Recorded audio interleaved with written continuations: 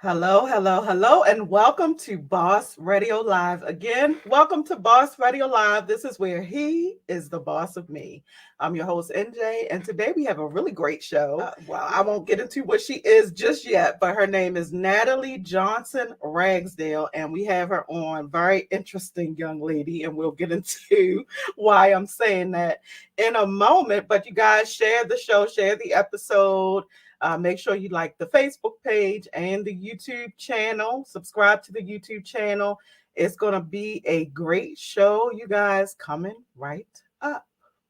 It's Boss Radio Live with NJ, your three-dimensional podcast.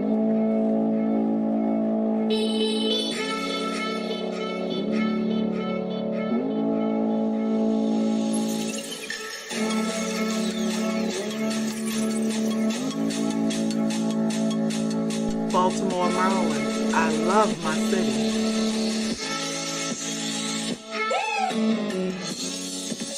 Wow. Balancing life, health, relationships, and business is hard. Mother's Day extravaganza event being held by LCC, know what's forward.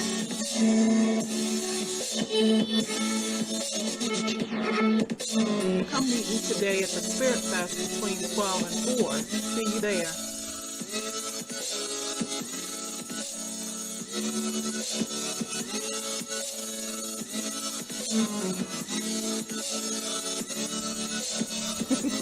I want to hear what you have to say.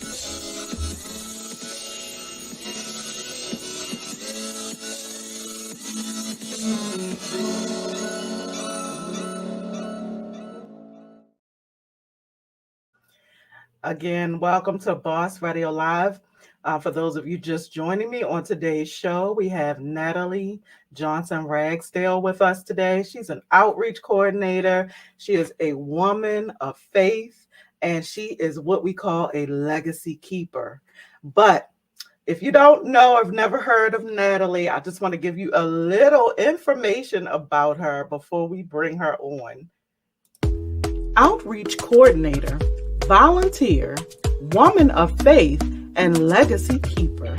Today, you will meet Natalie Johnson Ragsdale and hear about her spirit-led journey to outreach and how she keeps her family's legacy.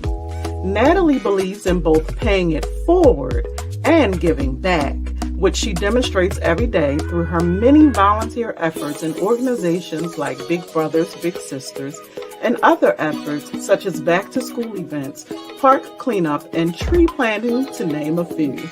Natalie's family is the biggest beneficiary of her giving spirit, including her beloved mom, Tina. Natalie preserves their legacy through walks to honor their lives, such as the ALS, AIDS, cancer, and other walks. Natalie serves her community in such a powerful and giving way and intends to keep on spreading the love. Again, you guys, welcome Natalie Johnson Ragsdale. Welcome, Natalie. Hi, thank you so much for having me. That was such a beautiful introduction. I feel seen, as the Bible says, El Roy, the God who sees me. So thank you so much for that wonderful introduction. I appreciate it. It's beautiful. Awesome. I see we starting strong. Yeah, that's how you got to be. So we're going to talk about a few things, but I really want to start at like the beginning. So let's talk about that and your journey kind of getting into outreach. So talk about that first. Yes. So outreach is something that I just picked up from my mom, as you showed it. I just love seeing her picture on that introduction. So beautiful. I'm wearing I wear blue for my mom's shirt. She passed away last year from ALS, also known as Lou Gehrig's, which affects all of the muscles in your body. They shut down rapidly. And then at the end with the lungs is the final thing to go. But outreach began just with my mom and how she was. And she was the person that was always in the grocery store talking to everybody. We were always in the store. I grew up in a small town, Junction City, Kansas. So we grew up around a military base, so she didn't know a stranger. So it was always something from giving rides and all of that stuff. And then when I was younger, I was always annoyed because I'm like, Mom, can we go? Or no, I don't want to be in the store all day. We went there for, it was like the grocery store, going out in the community was her social, that was her social outing. That's what she did. I just believe she loved people. And I always feel like, I just want to live up to that, even just a little bit. So just throughout my journey at 13 was my first, I volunteered at a homeless shelter.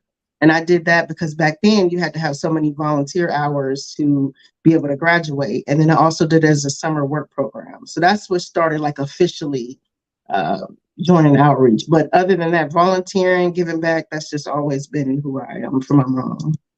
I give that, well, first, obviously, honor and glory to God, but secondly, my mom, just how I was raised to giving back. So, Well, yeah. definitely. And I would say that spirit of outreach is definitely a spiritual journey too, because it's a lot of giving of yourself Yes. Yeah. to people. So I can see where you would get started on that as a woman of faith, and talk specifically, since I mentioned that, kind of talk specifically about how your faith interacts with the outreach activities that you do. Yes. Well, I mean, I think anybody who's a believer, faith is entwined in everything that you do, from whatever your profession is, your personal life. I was volunteering all the time on weekends, even when I wasn't necessarily getting paid for it. Um, I'm blessed to be able to be in a position now where I am being able to do outreach and actually get paid for it. But most of my life, I haven't. This was only the last 2 years that I actually found a position, that incorporated outreach in the position. But I've always done outreach. My weekends have always been filled with that. As you mentioned in the intro, we do walks. We do the ALS walk every year. We do the pancreatic cancer walk to honor my mother-in-law, my husband's mom, who passed from pancreatic cancer in 2010. AIDS walk, breast cancer walk, all of those different walks honor somebody. Because we all know somebody that's passed from something. So I just think all of that has just been intertwined in just who I am. I mean, I don't see how faith and outreach don't go hand in hand. I'm always amazed how it doesn't. For me, it's always been intertwined from the beginning. My mom just instilled that in us, and that's what we were always doing some type of outreach. I always seen her doing stuff and giving back, and I was like, Mom, take some time for yourself. Do something for you. Stop worrying about other people. But that's just who she was. And I mean, I think you know that as well. You were able to talk and meet with her, so that was just her personality. So if I can just have a little bit of that, I feel like I'm blessed. So my faith has always been intertwined in outreach. I don't see how you can separate the two. From the time you wake up in the morning to the time you go to bed, your prayers, seeing other people on the street, giving back to homeless, giving back to unhoused, giving back to others, that's just a part of who I am. So the faith and outreach have always been intertwined. I don't know how to separate the two.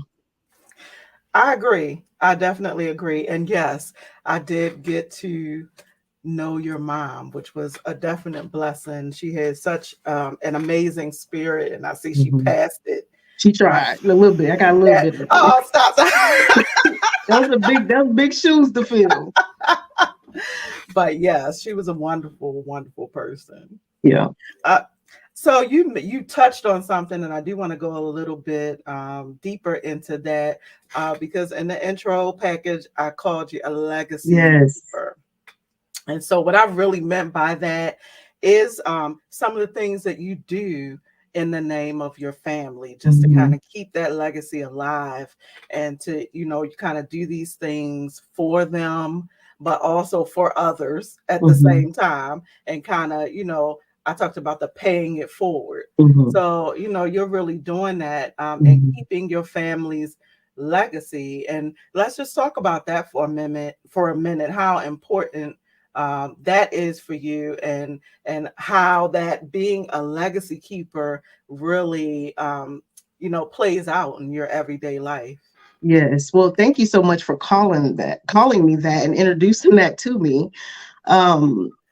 As I said before, I lost my mom last year, and one of the things that I want to do to honor her, I've been doing walks forever, just to honor different people. My aunt, she died from breast cancer at the age of 35 in the 80s before, there was all the treatment that there is now. So I think about her on my father's side. I think about, even I want to get more into diabetes walks because that's impacted our family, which we'll talk about. But um, I just feel like, just the love that she had for me, I just want to continue that on. I haven't, I'm still processing the grief. I feel like outreach has helped me just be able to honor her and continue her legacy. I haven't done as much this year as I would have wanted to, only because it's different when you honor somebody that close. It's doing the breast cancer walk, doing all of those things for others, and then to be so directly impacted with ALS. And it's so new. It's something we all had to learn and research. So I kind of been in research mode.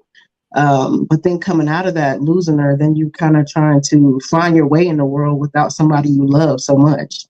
Because she was my anchor, the person you go to, but besides my husband and close family and friends, to go to for advice and share everything with. So now, good moments, happy moments, this person you want to call. So, and you can't. So I want to be able to honor her with outreach. I'll be doing a walk with her for her later this year, the ALS walk, hopefully, at Kauffman Stadium. I did it last year. A friend of mine, her name is Cindy, we grew up together. She actually made the shirt for me for the walk.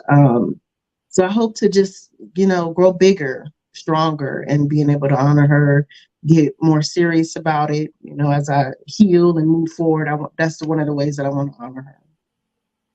I So, definitely think you are well on your way with all the things that you do just in their memory and mhm, to kind of, memorialize or commemorate them, which is beautiful. And I think it's something to be said for celebrating our ancestors, mhm, if you want to put it that way. Just, taking all the things like you're talking about with the outreach and mhm, kind of how you're moving forward with that, just taking all the things that you have gotten from it doesn't have to be just your parent. It could be right. any older person or Mhm. relative, but just taking that and moving forward. And I really feel like you are doing that in a beautiful way with all the things that you do to honor everybody. So Well, thank you. And yeah, that it's so outreach is so intertwined in my life. I didn't even think about it.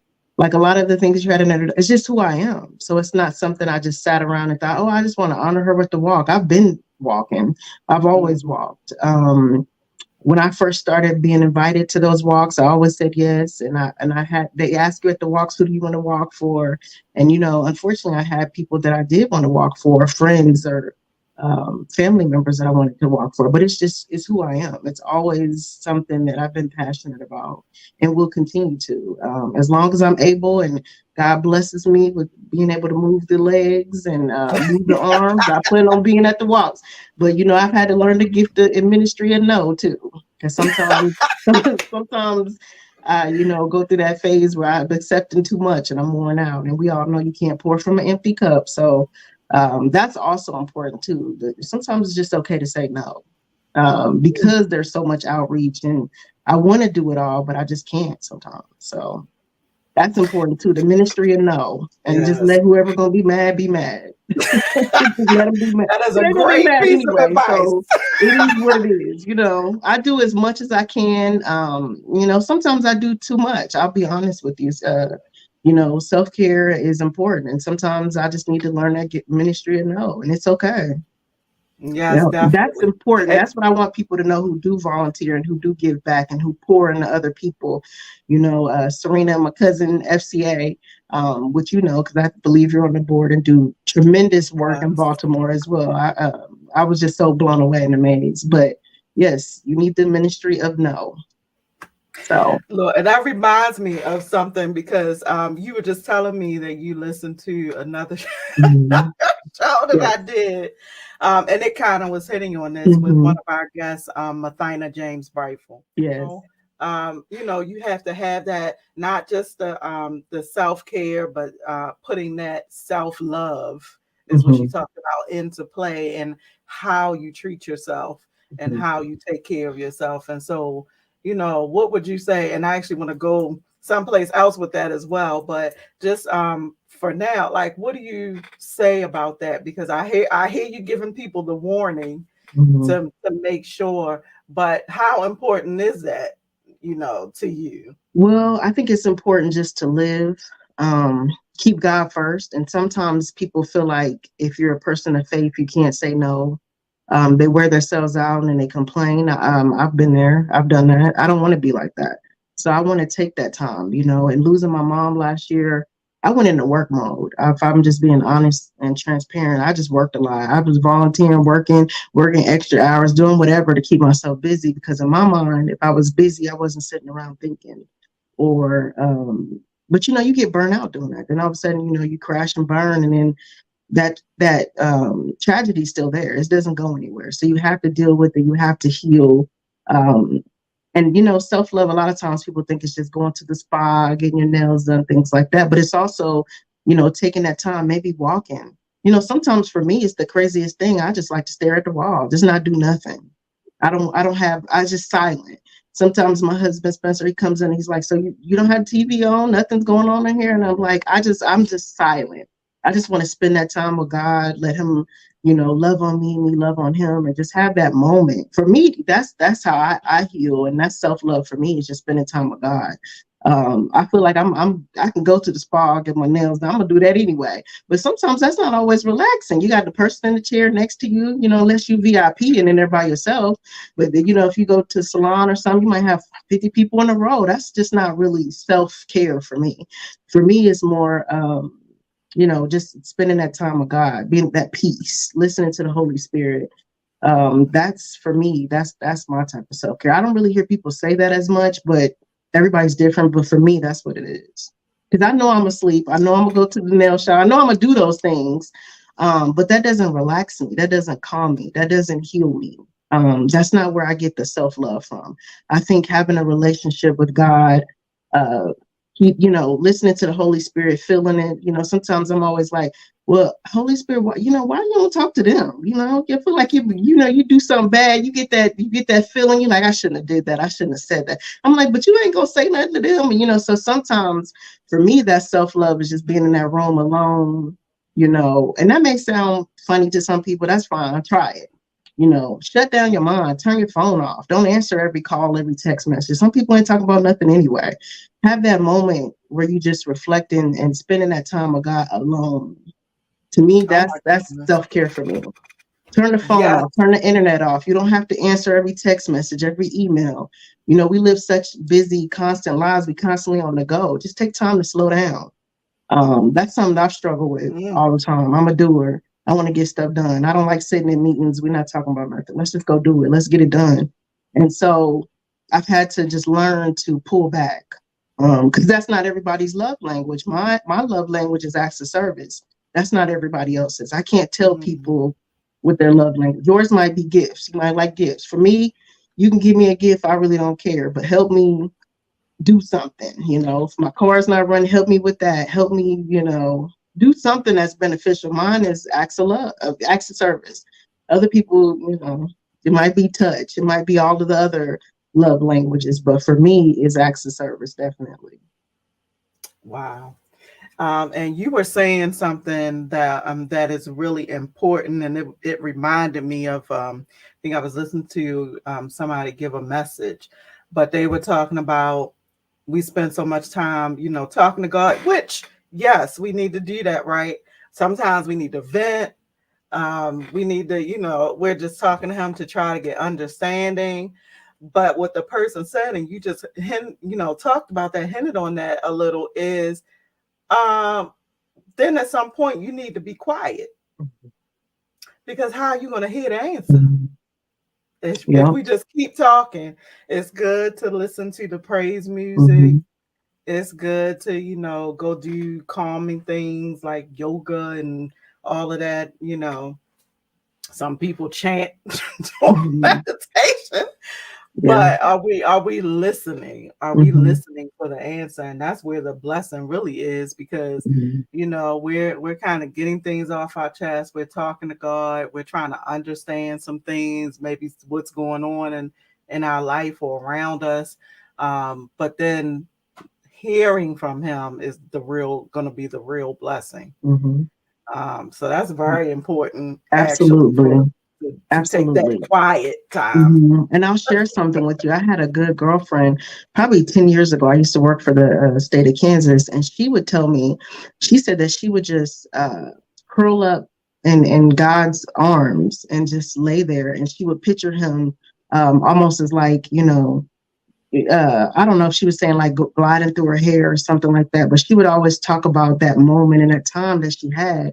And it was just an image for me. It was just shock. It was something I never pictured. I never, nobody'd ever shared that with me, or just sharing that personal time. And she was just like almost like a parent. You know how you go to your parent, you just lay in their arms, no matter what age you are, still just laying in their arms, laying on your parent, getting on their nerves, just being up in their presence, um, on their chest or whatever the situation may be. And it just is so comforting and so calming.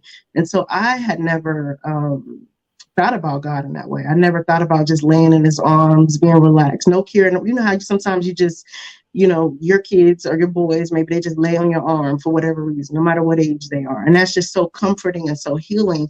And so for me, I just wanted to have that relationship with God. And so when she told me that, I started thinking about things differently. And I was like, sometimes that's my self-care. I just want to lay in his arms. Mm-hmm. And sometimes I I don't love always need to I don't need to talk. Yeah, that just gave me a whole, like, that's probably how you felt when she said it to you. It's Yeah. like you just pictured it in your Mhm. mind, and it's almost like instantly like, oh, Mhm. like that would be so Mhm. nice to just have that image and Mhm. just laying in the arms of the Lord while He Mhm. rubs your hair and Mhm. tells you it's gonna be all right. Mhm. Wow, Yes. beautiful, beautiful. Yes. I love that. And so the things that you're doing, I guess, where do you see that taking you? Are you trying to build on that as far as your outreach? And Um, Go ahead. well, I was going to say, I know you're doing this for a job, and if you Mhm. wanted to talk about the focus of what you do there as well, you can. Yes, so I work at a local hospital here in Kansas City. So I'm in the Midwest. I don't know if you had any guests from the Midwest yet on your show? I believe I have. I've had Okay. guests from like literally all over. Kansas I City. love it. Okay, well, I'll be representing for Kansas City, born and raised in Junction City. I'm always gonna shout out my hometown, but um I've never really thought about it. One thing I think I've shared with you before is one of my dreams is to have like a vision board party. I just think that would be something I would just love to do. I've wrote out a plan, have ideas, just haven't executed it, honestly. But I've thought about it. I've been doing a vision board probably 10 years, and I started my husband with doing a vision board as well. So every December, I always write down my goals, dreams, plans. Some things, reoccurring. Always got the weight loss on there for sure. That's one of the things I put on there every year. But I just put out my vision for my life. And outreach is, like I said, it's just something about who I am. As far as taking it, like maybe running a nonprofit or things like that, those are things I've thought about, but it's not something I think about every day. Um, but I think, I love working with nonprofits, which is something I get to do already. So to run a nonprofit would be amazing. But I just also want to listen and be in the presence of the Lord and see which way He directs me. But He hasn't told me that, hey, you need to go and run a nonprofit. But I do community outreach at a local hospital here, from helping with teen pregnancy. We volunteer and do a lot of outreach. I stained the deck for a veteran. I didn't know anything about staining the deck. I'm not that person with the tools that's out there, but I felt wonderful after. And of course, there were others there too, helping me, telling me what to do. But just to be so proud to be able to do that was amazing. Giving back, feeding the homeless, volunteering. Um, and a lot of times outreach comes after hours. People don't understand that either. It comes on the weekends, including Saturday and Sunday. Sometimes there's walks, the upcoming ALS walk, that's on a Sunday. Sometimes there's walks on Saturday morning. ALS and a lot of those other walks, they don't just go 9 to 5, Monday through Friday.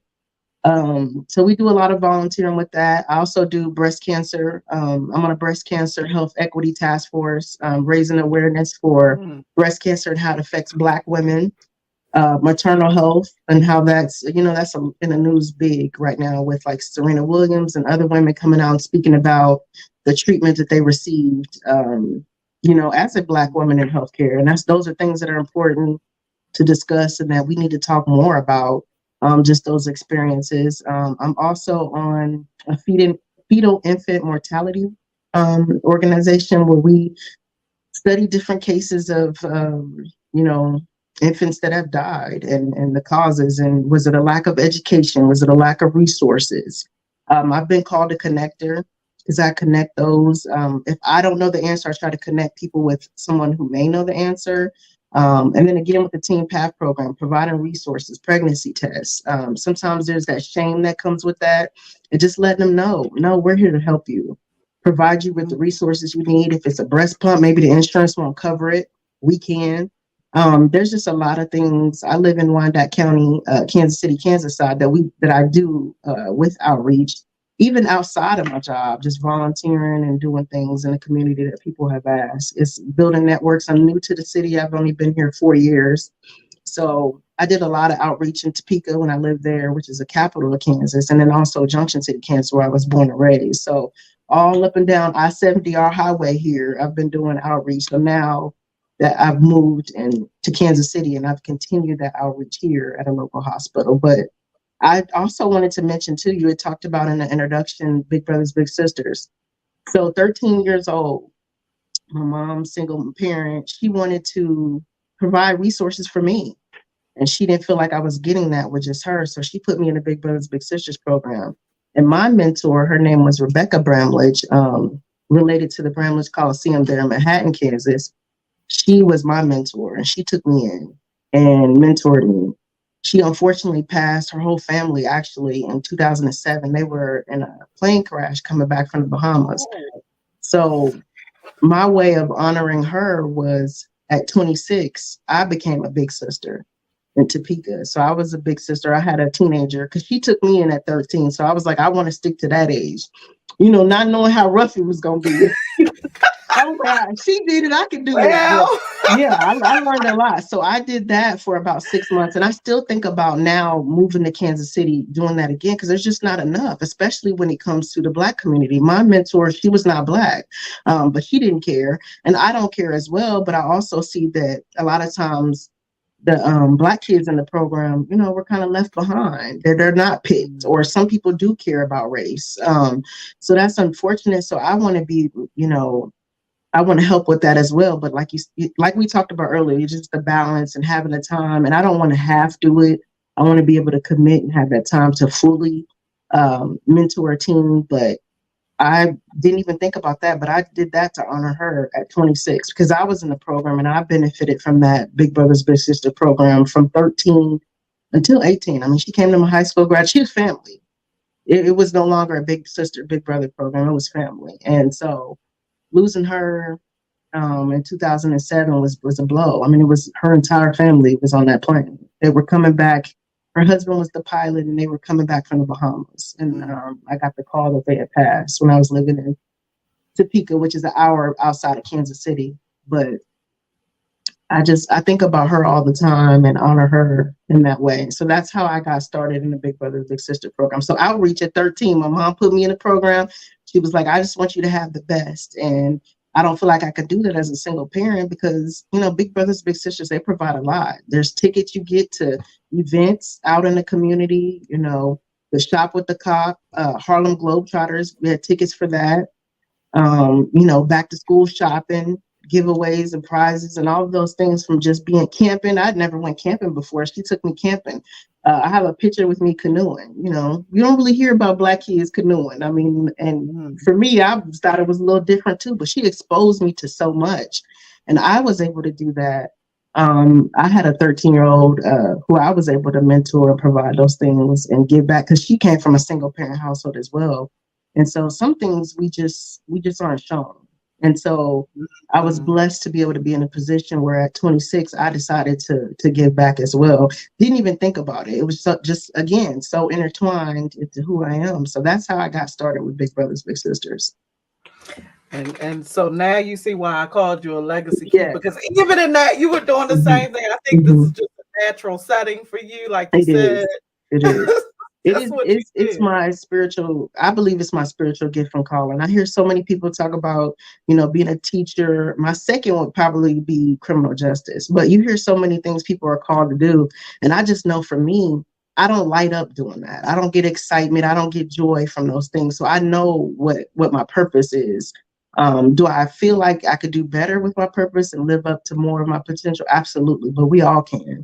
We all can give back and give back to our communities and do better. So I put myself in there as well. I can do better. I wish I could clone myself and have more time, but we're limited on things. And again, you have to have that balance so that you don't burn out and that you're giving half different places.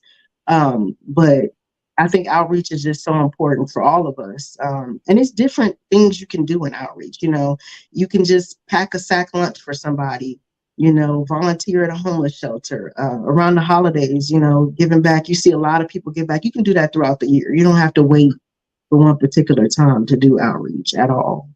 So So that's what I just encourage people to just get involved.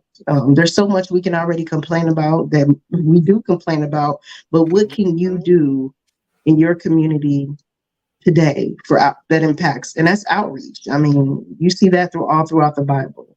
So I just encourage everybody to think about it. Don't think about it too much, because sometimes, like I said, I burned myself out overthinking about it, doing too much. I had to pull back, and definitely the ministry of no is so important.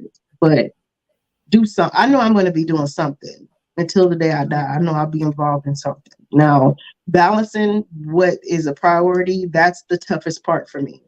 But I took the spiritual gift test. Mine was definitely administration and doing some type of outreach. That's just what it was. Even my love language, I took the test and read the book a million times, the 5 love languages. And mine, I scored high in acts of service. I was like, yeah, that sounds about right. I you don't, I'm not, already knew. You yeah, already I knew, but taking the test, I was like, well, maybe it is something else. Maybe it's physical touch or something else. No, it was always outreach. I don't need the flowers and all of that. I'm just like, okay, I'm more so like, oh, you cook dinner or something that involves an acts of service. That's just who I am. So that's where I scored the highest at taking that test. I believe it. I believe it. So I wanted to bring back a couple of things you said. Hmm. You had hit on these at different times, but I just want to kind of bring them all Hmm. in together, because you were talking about outreach and the kind of taking care of yourself to be able to even do all of that, not doing too much, not burning yourself out, and just generally taking care of yourself. Hmm. And then you got into talking about, which is something that we suffer from, a lot of minorities and women, from like health disparities, Hmm. which you mentioned as well. And so I was thinking about both those things, when thinking about like our relationship, how we're actually, Hmm. related, which Yeah, is I let them was. know. My first husband was your uncle, Hmm. and so I was married to my husband Mike, until he actually passed away. And so he passed away very young, because you even mentioned diabetes. Hmm. He passed away very young due to complications from diabetes, renal failure, and all of that at 29 years old, which Hmm. always made people go, Yeah. "What?" Like. But let's talk about that, about our health and Hmm. just the things, and even dealing with when we see and are experiencing health disparities, because it's very tangible. You see it, with how you're being treated, but then also we play a part in taking care of ourselves as Hmm. well. So I just want you to touch on that a little bit. Yeah, I think it's just so important. One of the biggest thing that I think is lacking in healthcare, and I'm saying as somebody who works for a local hospital, is just listening, and listening to different races as they talk about their personal experiences. I'll just share something with you as recent. In 2014, I delivered a stillborn, a son, and I had named him Keegan, all of that. And I remember sharing with somebody about my experiences and losing them and wondering if I did get the best care, if I did get the best treatment. And I remember that person saying, well, that's not true. I know that hospital and that's not how they operate. Well, first of all, we're not of the same race. The care that you may have seen given to others, you don't see it through my lens as a Black woman. And you don't notice those little microaggressions that I notice.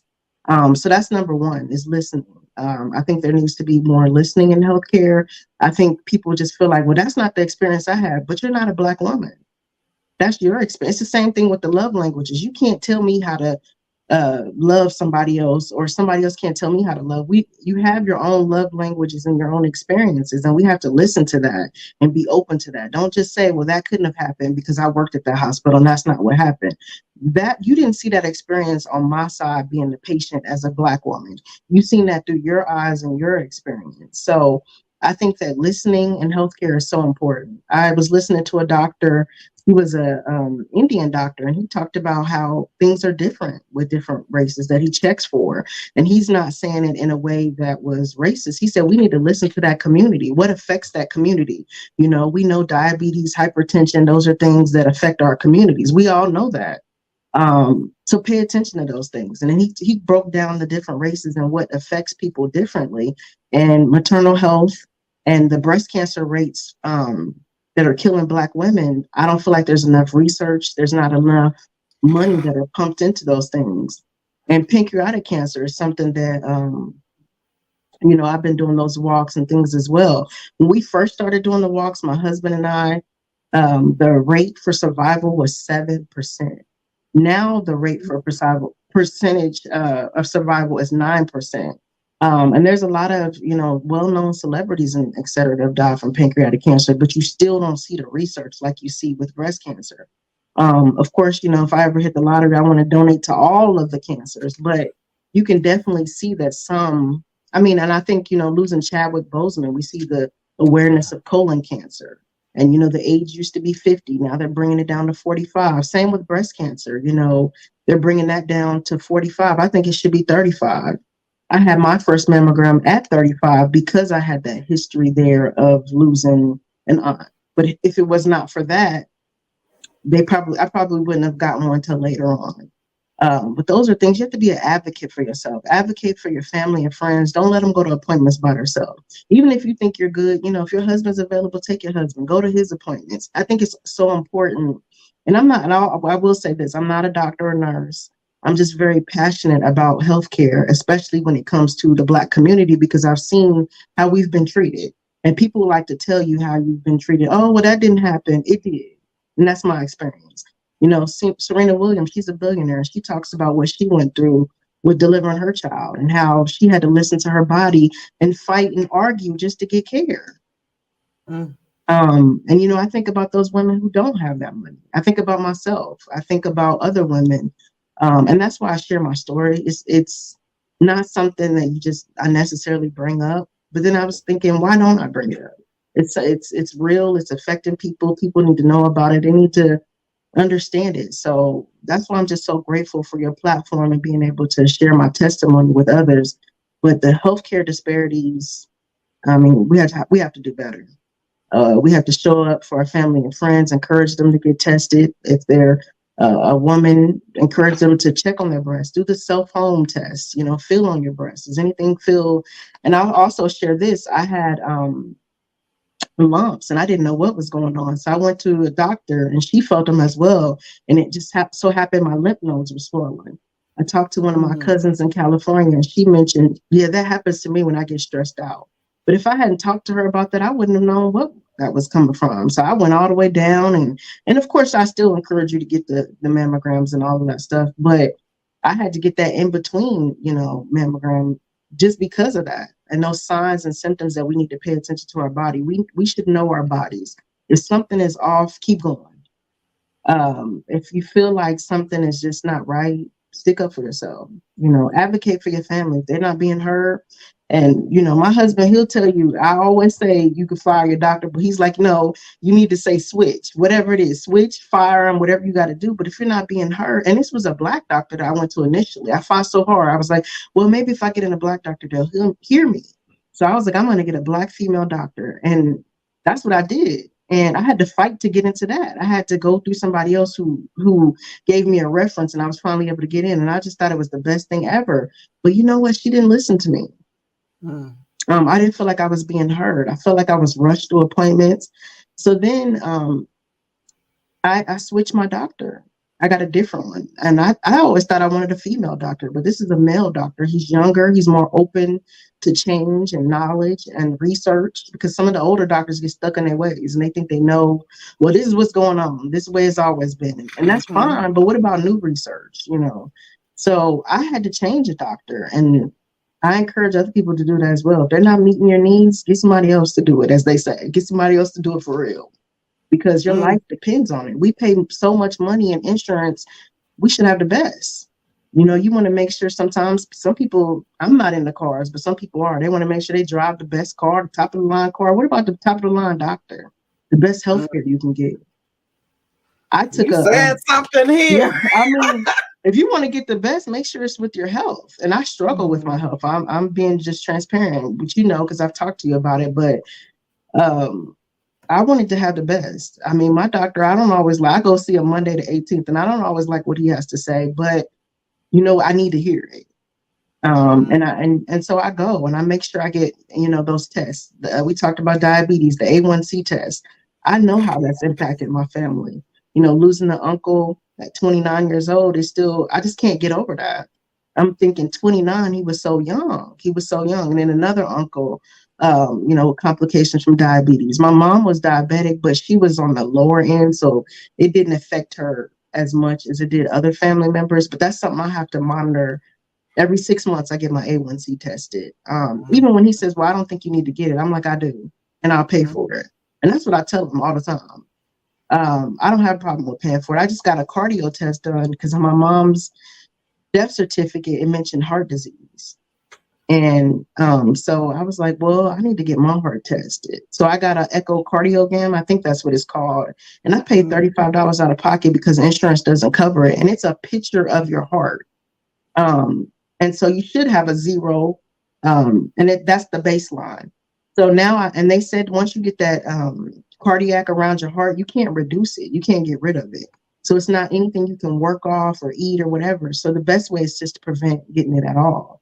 So when I took that, and I was real nervous because they took like an hour to come back in. I was like, oh, they don't, all those worries you go when you're sitting there. And it's real simple. It's almost like an MRI, but it's not as invasive. You don't go in as much, but you do lay down and go through a machine, and then they read it. And thankfully, I was at a 0, but that's something I have to monitor for the rest of my life. The A1C, I'll have to monitor it for the rest of my life. And some of it is just genetics, That's another thing that doctor was talking about. Some of it's just genetics. I mean, it's just what's been passed down.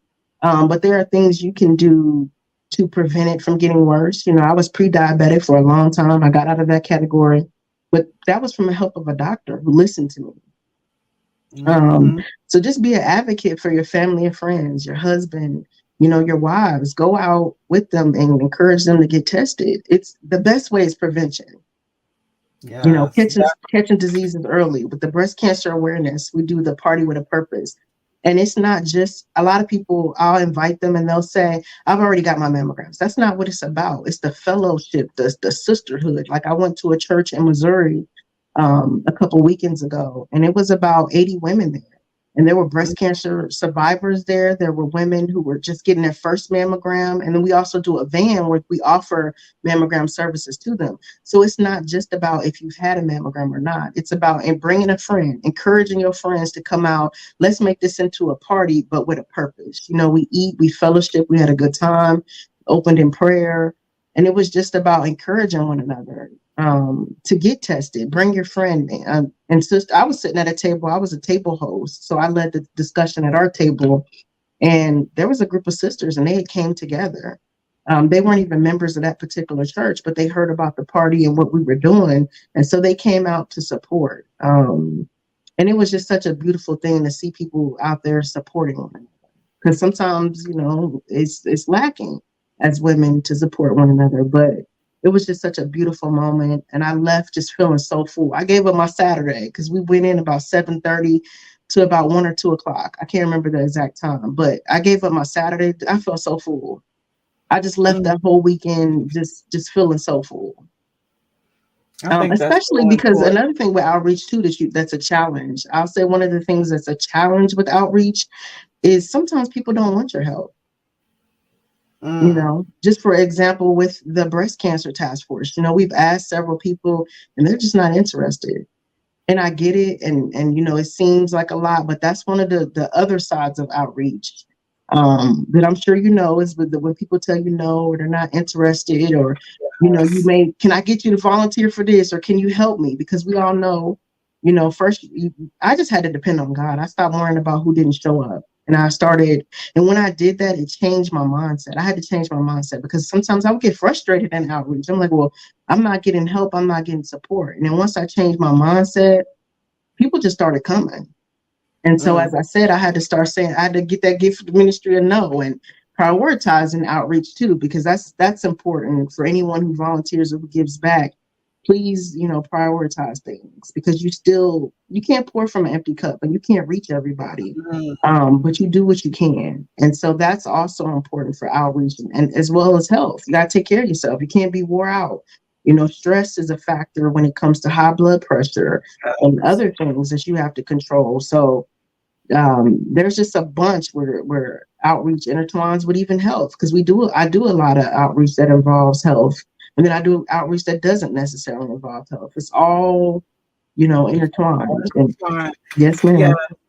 ma'am. And even one of the parts that people really need to make sure that they're paying attention to is, if you're doing these things, you're out, you're on the go, you might be, boots on the ground in the Hmm. street.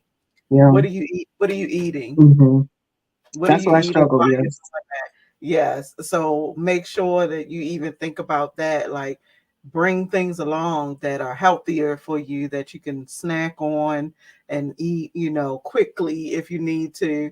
If you're out there, doing outreach, giving Hmm. up yourself, and doing whatever. But yeah, definitely taking care of your health, Hmm. so that you can be able to do this. Because I like to say, how can you outreach and how can you walk in that mission that the Lord has set for you, that Hmm. purpose that He has for you, if your health is bad and you can barely walk, breathe, you know, Yes. and Yeah. you can't carry out those things that He really has for you in order to Hmm. bless other people. So Yeah. that's definitely important. Yeah, and you had talked about, my Uncle Michael. I just keep saying 29 years old. And I met him when they came from Baltimore to Junction City in 93. And I met him. He's so full of life, so much energy, just on the go, moving around. They taught me about what life was like in New York City. Both my uncles, my Uncle Edward and also my Uncle Mike, they taught me about New York City. I always share this funny story about when I learned about sneakers, because in the Midwest, we say tennis shoes. So they introduced me to sneakers, and they were like, we sneakers out here. We don't do tennis shoes. So then, I remember being 10, 11 at that time, and I was just like, okay, what's sneakers for me? Because I just thought my uncles were just the coolest thing. They came with the fresh clothes, fresh cut. I was just like, I'd never seen anything like that in the Midwest. So I just fell in love with both of them. But Michael, his personality was just out of this world, so much like my mom. Mm, And so when I don't think I understood at that time, as I was so young, that he was that young. I don't think mm, I processed it until I was older. And so I'm thinking 29, and I just kept remember saying 29. And my mom was like, yeah, that's why it's so important to take care of yourself, and also family members taking care of themselves. And so yeah. I think about that when it comes to diabetes, how I lost an uncle at 29, and then I see how it's affecting other family members. Um, Yeah. Get your so, screenings. yes. Get all of your screenings, like you were talking about, Hmm. whether it's for breast cancer, whether it's I had to talk to a doctor before who was talking about ovarian cancer Mhm. and the fact that a lot of times it is genetics involved. It's Mhm. hereditary. And when you have a family who has that history, you can Mhm. actually qualify to get a certain Mhm. battery of tests done to, find out. So it's like we really have to know our Mhm. family history. We have to Yes. share our family history with our Yes. doctors. Yes. And then we have to advocate for us, all of that stuff combined, Mhm. Natalie. Advocate for yourself in order to make sure you're getting all the tests and the Mhm. evaluations and all of the screenings done that you qualify for, or that even if you don't, they don't think you qualify, but if they would be beneficial. You even talked about going so far as paying for one yourself. Mhm. So it's like these are the things that we really have to in minority communities. And when I'm saying minorities, I'm not even just talking about Black people. We're talking Mhm. about I know. Hispanic Mhm. Americans. We're talking about, Asian Women. Americans and women. Mhm. Women, definitely a huge part of that.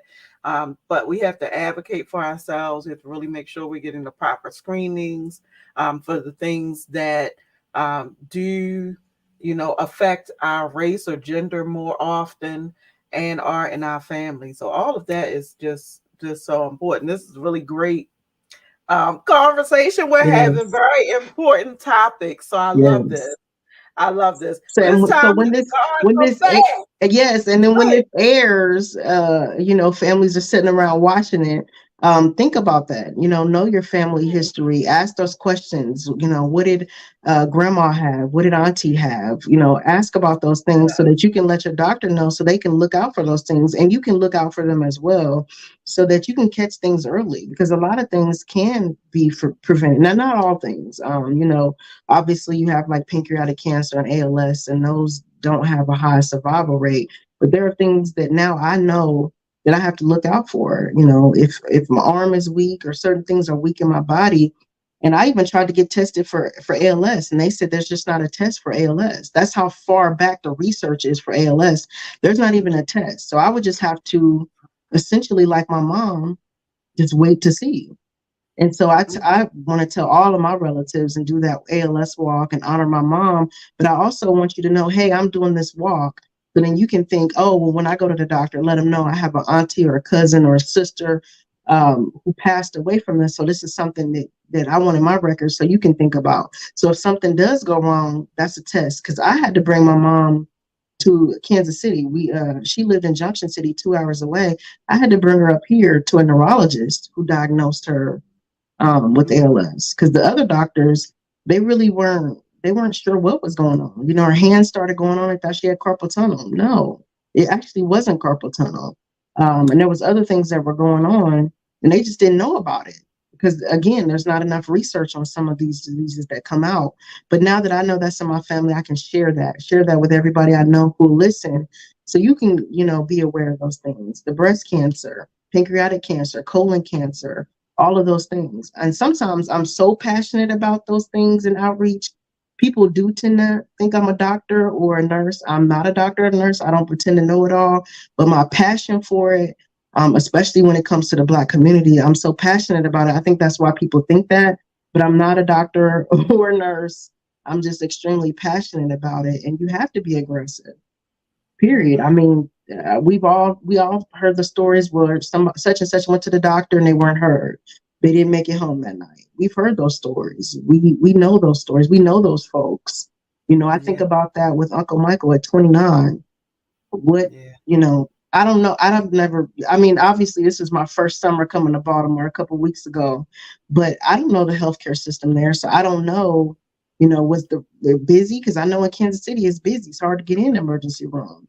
And Mm-hmm. some things they don't consider a priority. So you might sit in the way, you might get tired and go home when you should have stayed. So those are things that affect healthcare no matter where you live. But I think about that with him at 29. I think, well, what could have been done? And I mean, I don't know that answer. But if Yeah. there is something that we can do to spread awareness about it, encouraging people to take their insulin, A1C test, get tested, know your status, all of those things, and I definitely think we owe it to our family and friends to discuss those things. Definitely. Well, this was really good, Natalie. I think we hit on, like I said, some really important topics, all surrounding all of the amazing Hmm. things that you're doing, the boards you're serving on, committees, the outreach, the task Hmm. force. Like this, Yeah. this is really great. Um, but I just thank you for being on and just shedding a light on some of these things, which I think are really important for us to remember Hmm. in families, individually, just period. As you said, like as women, as minorities, these are things that we definitely need to remember and keep in mind. So, thank you Yes. for Thank you all of for the having me. amazing Yes. nuggets you dropped today. A lot of information, but I think Hmm. it's so needed, and definitely hope that people listen, you guys, and Hmm. are blessed by this information that Natalie has shared with us. Well, Yes. another great show. Yeah, Thank and you, Natalie. thank you for taking me out of my comfort zone. I don't always do this. Like I always tell you, I want to hang with women who got the juice instead of the tea, and that's my vision, and that's what I think of you. There in Baltimore, I think about that, and just all the amazing things that you're doing. I'm so proud of you. I'm honored to be on your show. I can't wait till this airs and we get to share it with all of our friends and family. And just know your love. My mom talked about you all the time, and you've always been a part of our family, no matter what happened, losing my Uncle Michael or not. I've always looked at you as Aunt Michelle. We Johnson through and through. My husband That's will say I'm right. a Ragsdale now, but I still got that Johnson Bill blood. Johnson. So yes. So I'm just Absolutely. so proud of you. Oh well, thank you. Look, don't be trying to make me cry, Dad. But thank you so much. Well, Yes, this is thank you. yes, yes, yes. This has been a great show, you guys. I hope you listen to all of that great information. I thank my guest, Natalie Yes. Johnson Ragsdale, once again for just being an amazing guest with us today. Absolutely. And so, next time, guys, we're here every second and fourth Friday. Make sure that you come and join us, and make sure that you share this episode because this is really important information that you want to share with your family, with your friends, and with your community. Just to remind people to advocate for themselves. It can be a life and death situation. So you need to advocate for yourself. You need to make sure you're getting all of the screenings that you can based on your family history and the things that are going on within your family. Definitely, you want to get those, and based on your age. Some of them are based on your age. So you want to make sure you're getting all of your screenings. So thank you guys for joining us once again.